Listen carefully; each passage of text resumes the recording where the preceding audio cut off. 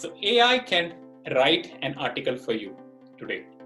So if you give it a title or a couple of sentences, it can continue writing the full article all by itself.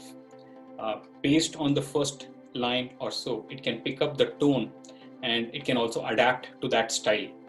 And the words you use and even the position you use. For instance, if I say that AI will never do anything good for humanity, it can write an article with that as a premise.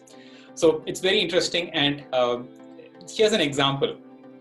So there was there's a company called OpenAI, which do very good research in the AI space.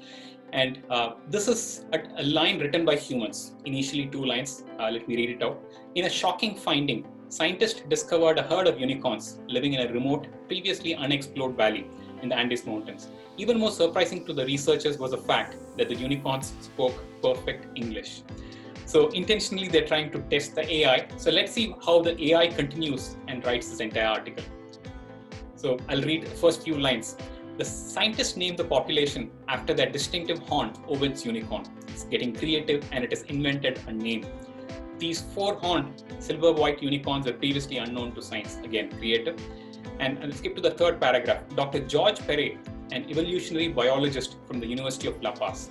This is completely fictional. There's no person who exists.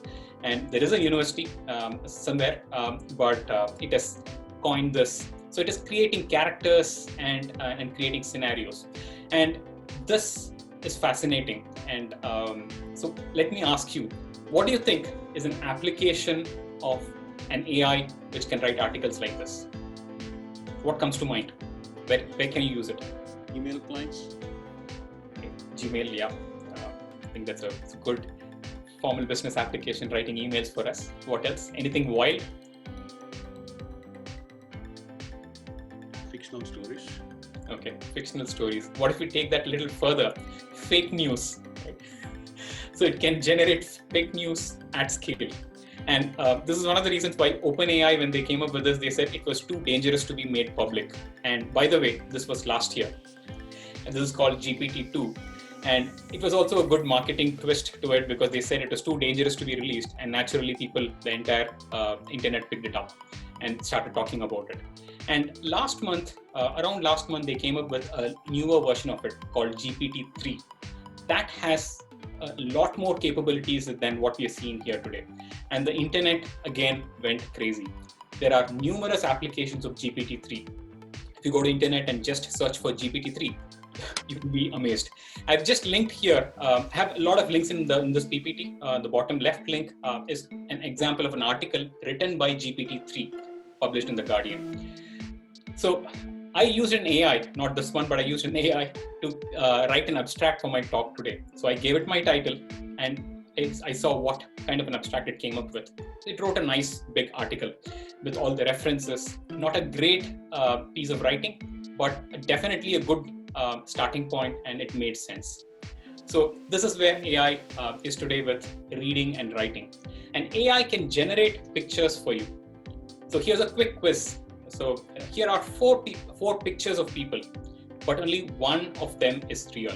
So I want you to guess which of these is the real person. 1, 2, 3, or 4.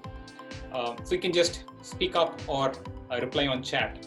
Which of these do you think is the real person? Quick reactions. 1. 1. Okay. We have comment on the chat. 2, 4. Okay. 2, 4. Anyone for 3? Okay. So this is a trick question. The answer is none of the above. That's what I was thinking. So in case you got it right, yes, should pat you. So all of these were generated from the website thispersondoesnotexist.com. So AI is that good at creating completely new fictional faces. It has a database of people, it uses that and comes up with completely new pictures. And AI can paint like an artist. You give it an old painting, a new picture, it can do a style transfer. You give it a caption, and this is a recent research paper. You give it a caption, it can completely create a new picture on its own. For instance, you say elephant walking in the middle of the road, in front of a tree. It will be able to create and paint that. So that's an area which was very, very tough for AI even last year, because it doesn't understand the entity's relationship and what is natural, what will be on the side of the road and so on. So for AI to create a full scenery with just a few captions, it is easy for us. We can probably picture it already, but AI is getting there, and there was a research paper where they have improved it quite a bit a few weeks back. So AI can also script alternate realities. So this, it gets even more interesting. So example I want to share here is that of President Nixon's speech of the fatal moon landing. So we all know that it never happened.